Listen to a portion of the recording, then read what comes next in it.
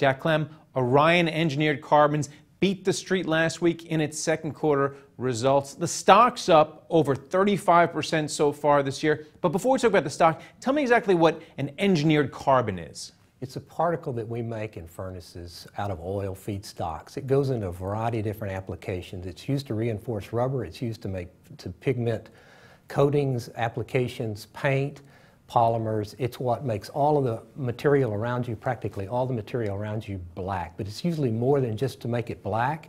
It's to give it some functionality, some reinforcing applications, some resistance to sunlight. It has all different kind of applications like that. We make it all over the world, by the way. Well, your volumes were up 12% in the second quarter. Let's talk about your two different businesses. One is you supply the automotive industry, tire manufacturers, with your engineered carbon. How tied are you to the automakers? Because in July, auto sales were down. I don't know if this feeds back and hits someone like Orion. It can have some follow-on effect. The fact is, in that rubber business, the major market is replacement tire.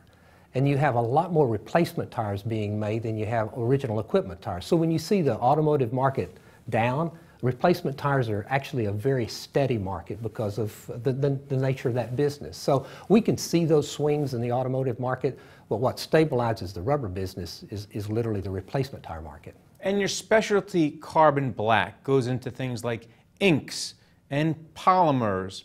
That had record results, record volumes in your second quarter. Why is that? It was a spectacular quarter. We've done a lot of different work, a lot of work through the last 4 years. We came out of a larger company 4 years ago.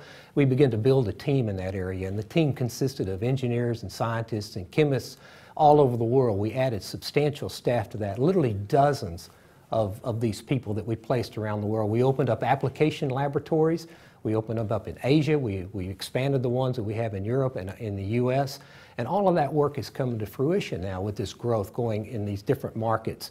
We're growing substantially in Asia Pacific. We've opened up sales offices all over Southeast Asia, in South America, and added people and all of that product. In addition to that, some new products which are making a big difference in our sales at this time. Can we talk about your input costs? Because oil went down last year, but so did your stock. This year, oil's moving up with your stock, and I thought oil or petroleum-based products were an input or a feedstock into your specialty carbons. So what's going on there? There's some different dynamics that go on when oil prices moving up and down.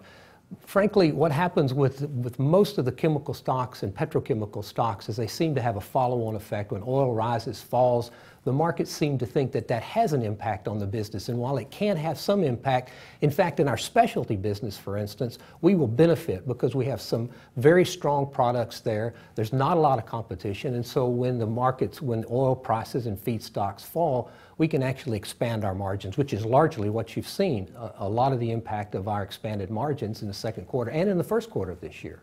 All right, and then finally you pay about a 4.3% dividend, which is fantastic in a low-yield world.